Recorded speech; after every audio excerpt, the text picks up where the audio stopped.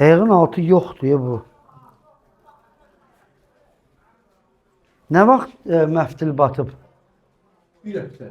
Bir həftədir məftil batıb. Yəni yox. Məhdid elə bir həftədir batıb. 3 gündən sonra çıxartdılar da. 3 gündən sonra Evdə çıxartdı. yoldaşım ilə. Və artıq yəni bax burada 1, 2, 3, 4 barmağında hətta bu 5-ci barmağın altı belə dabana qədər çürüyüb.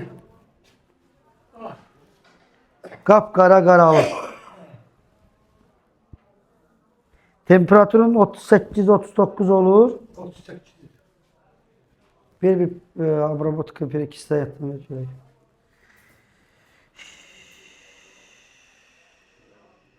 Nə lazım dedi. Nə lazım dedi. Mümkün. Şey,